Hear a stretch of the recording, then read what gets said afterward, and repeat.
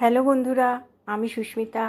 আরেকটি নতুন ভিডিওয়ে আপনাদের সকলকে স্বাগত জানাচ্ছি আমার চ্যানেল গার্ডেনিং উইথ সুস্মিতা। আশা করি আপনারা সকলেই ভালো আছেন। এখন বসন্ত এসে গেছে, আর এই সময় আমাদের ইনডোর প্ল্যান্ট যেগুলো আছে সেগুলোতে কিছু বিশেষ পরিচর্যা করার প্রয়োজন আছে। শীতকালে এরা মোটামুটি একটা ডরমেন্সি পিরিয়ড কাটিয়ে উঠেছে। এখন এই সব গাছগুলোতে এতদিন ওদেরকে যেমন ইচ্ছা বাড়তে দেওয়া হয়েছে, এখন কিছু রিপোর্টিংয়ের প্রয়োজন আছে। এই যে আমার এই ওয়ান্ডার জিউ গাছটা, এই গাছটার ডালগুলো ভীষণ লম্বা হয়ে গেছে এবং দেখা যাচ্ছে যে ডালের একমাত্র শেষের দিকের পাতাগুলোই ভালো আছে, আর বেশিরভাগ পাতা শুকিয়ে গেছে। আর ওই জন্য আমি এইভাবে ডালগুলোর ছোট ছোট টুকরো করে নিচ্ছি, আর এইভাবে এদেরকে আবার নতুনভাবে মাটিতে কিছুটা মাটিটাকে ভিজিয়ে নিয়ে, একটু ঝুরঝুরে মাটি, মাটিটাকে ভিজিয়ে নিয়ে তার মধ্যে এই ডালের ছোট ছোট টুকরোগুলোকে লাগিয়ে দেব। এভাবে এই সময় গাছের রিপোর্টিং করে দিলে গাছগুলো কিন্তু আরও সুন্দরভাবে গ্রো করবে এবং দেখতেও খুব সুন্দর লাগবে।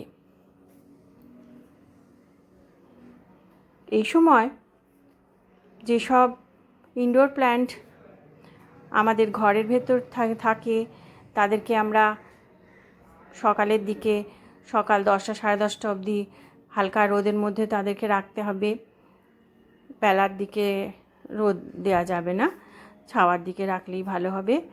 এইভাবে একটু রোদ ওই সময় এদেরকে দিতে হবে। আর সপ্তাহে একদিন করে গাছগুলোকে ভালো করে স্নান করাতে হবে।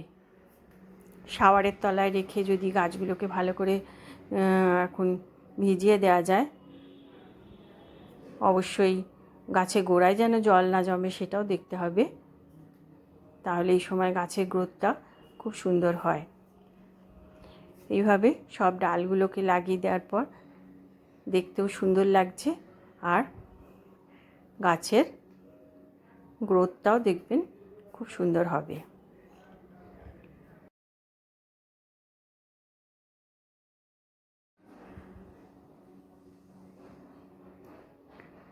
পার্পেল হার্ট গাছের ক্ষেত্রেও এরকম লম্বা যে ডালগুলো হয়ে যায় সেগুলোকে যদি টুকরো করে নিয়ে, ছোট ছোট টুকরো করে কাটিং নিয়ে ওই গাছেরই বা ওই টবেই আমরা লাগিয়ে দিতে পারি, বা নতুন কোনো টবে লাগিয়ে দিতে পারি।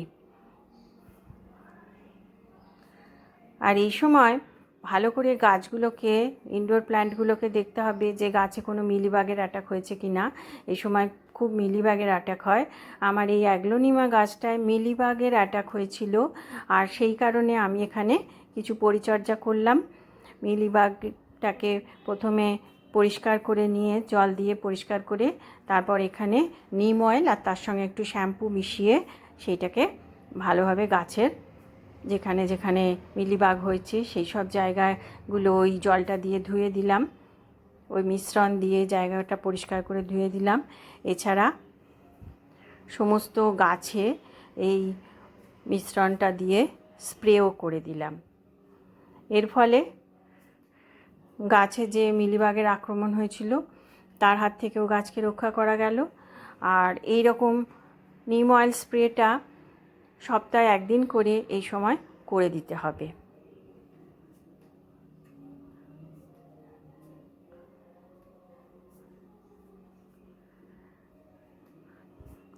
এই রাবার প্ল্যান্ট বা অন্যান্য যেসব ইনডোর গাছ, সেই ইনডোর প্ল্যান্টগুলোর পাতাগুলোকে এই সময় ভিজে কাপড় দিয়ে বা ভিজে রুমাল দিয়ে এইভাবে পরিষ্কার করে নিতে হবে।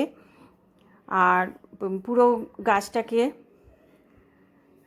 ওয়াটার স্প্রে করে এতে ভালোভাবে পাতাগুলোকে পরিষ্কার করে নিতে হবে। এছাড়া এরপরে এখানে দিতে হবে আমাদের ফাঙ্গিসাইড স্প্রে করতে হবে, আর তারপরে দেব সিউইড যে লিকুইড আছে, সেই সিউইড লিকুইডকে 1 লিটার জলে 1 গ্রাম মতো নিয়ে সেটাকে ভালোভাবে গাছে স্প্রে করে দিতে হবে। আর সিউইডের গ্র্যানিউল এই সময় গাছের গোড়ায় দিয়ে দিলে, ছোট টবে 4 থেকে 5টা দিয়ে দিলেই হবে। এইভাবে গাছে কিন্তু বৃদ্ধিটা ভালো হবে। আর এই যে ট্রায়াঙ্গেল হার্ট বা পার্পল হার্ট, যে টার্টেল ভাইন, এইসব যে গাছগুলো আছে সেগুলো কিন্তু এই সময় দেখা যায় যে গাছের তলার দিকের পাতাগুলো ভালো আছে, আর বেশিরভাগ ওপরে যে পাতাগুলো, টবের থেকে যে ডালগুলো এসছে ওপরের দিকের পাতাগুলোই শুকিয়ে যাচ্ছে। তার ফলে কি হয়, এই সময় যদি আমরা তলার দিকের পাতাগুলোকে কেটে, যে শাখাটা সেই অংশটুকু কেটে যদি আবার নতুন করে রিপোর্টিং না করে দিই, নতুন করে আবার যদি সেগুলোকে আবার মাটিতে যদি এইভাবে বসিয়ে না দিই, তাহলে কিন্তু এই গাছটাকে আমাদের সংগ্রহ থেকে আমরা হারিয়ে ফেলব। সেই জন্য এই সময় এই সব ইনডোর প্ল্যান্টগুলোর এইভাবে কিন্তু নতুন করে এই সব কাটিং বসিয়ে নিয়ে সেই গাছগুলোকে আমরা আমাদের সঙ্গে অনেক দিন পর্যন্ত রাখতে পারবো। এইভাবে আমার এই টার্টেল ভাইন প্ল্যান্টটা দেখছিলেন কীরকমভাবে শুকিয়ে গেছিলো, আর শেষের দিকের কিছু কিছু ভালো পাতা ছিল, সেই শাখাগুলোকে ছোট ছোট করে কেটে নিয়ে আমি এখানে বসিয়ে নতুন টব সাজিয়ে নিলাম। আর এই সময় যে যাদের বাড়িতে আছে এই গাছটা, তার সেই সব পাতাগুলো এইভাবে দেখবেন যে পাতার গোড়ার দিকটা, মানে পাতার ডগার দিকটা এরকমভাবে পুড়ে পুড়ে গেছে। আর সেই সব যা অংশগুলোকে এই সময় বাদ দিয়ে, বা শুকনো পাতা যদি কিছু গাছে থেকে থাকে সেগুলোকেও সব সরিয়ে ফেলতে হবে। তারপর গাছকে খুব ভালোভাবে ওয়াটার স্প্রে করতে হবে। এইভাবে গাছের থেকে দেখবেন অনেক বেবি প্ল্যান্টগুলো বেরিয়েছে। স্পাইডার প্ল্যান্ট, এটা স্পাইডার প্ল্যান্টের যে বেবি প্ল্যান্টগুলো বেরিয়েছে সেগুলোকে এই সময় নিয়ে নতুন করে কিন্তু প্রতিস্থাপন করা যাবে। তাহলে আমরা অনেকগুলো গাছের চারা তৈরি করে ফেলতে পারবো।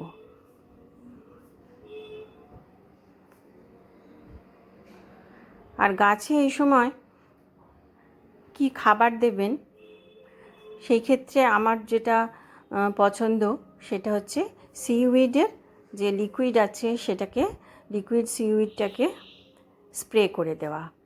এছাড়া ফাঙ্গিসাইড স্প্রে তো করতে হবে, এছাড়া ব্যালেন্সড এনপিকেটাও এই সময় স্প্রে করে দেওয়া যেতে পারে।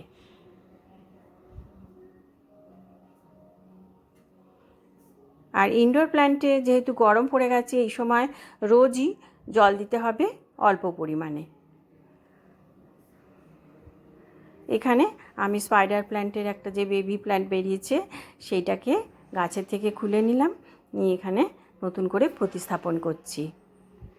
এভাবে এই সময় প্রতিস্থাপন করলে এগুলোর চারা গাছগুলো বৃদ্ধিও খুব ভালো হয় এবং নতুন গাছ তৈরি করে নেওয়া যায়।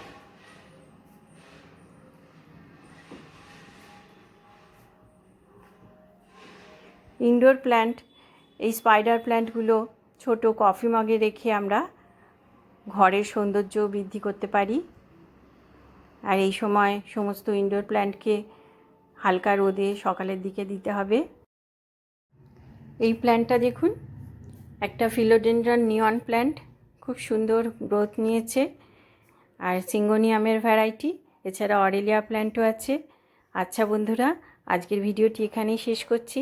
আপনারা আমার চ্যানেলটি সাবস্ক্রাইব করে আমার পাশে থাকবেন, আর এইভাবে সবাই ইনডোর প্ল্যান্টের যত্ন নিতে থাকবেন।